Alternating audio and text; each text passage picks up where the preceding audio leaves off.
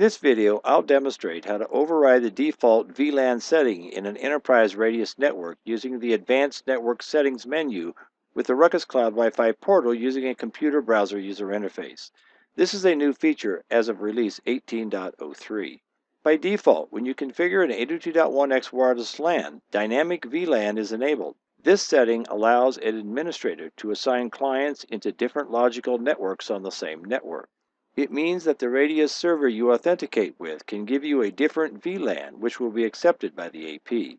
If for some reason you don't want this to occur, as of Ruckus Cloud Wi-Fi release 18.03, a checkbox in the Advanced Network setting is provided to easily enable or disable the use of dynamic VLANs. So let's go ahead and create an enterprise AAA network. So I go to my networks, I'll go add network. I'll give this a name. I'll call it Radius Wireless LAN. For description, I'll say Radius Wireless LAN. Going to be an enterprise 802.1x network. Click Next. I'll put in my authentication service IP address, and then I'll put in my port number, which will be 1812. I would then put in a shared secret. And I'm not going to set up an accounting service. Since it's just a demonstration, I'll hit Next. I'll activate it on a venue. I'll select the APs. I'll click Next. And now I have my summary, and now I go to my Advanced Network Settings. So here, under the VLAN ID, I can assign it to a VLAN. By default, it's 1.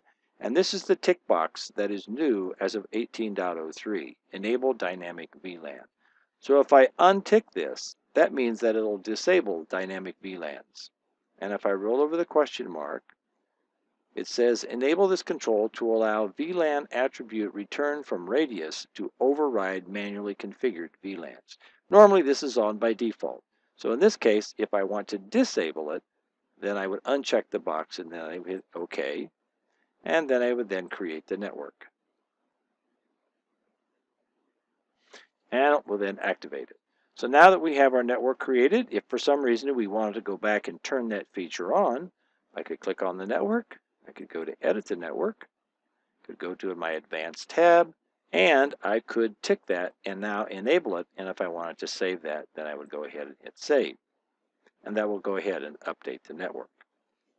So as you can see, it's easy to enable or disable the dynamic 802.1x VLAN feature with the Ruckus Cloud Wi-Fi portal.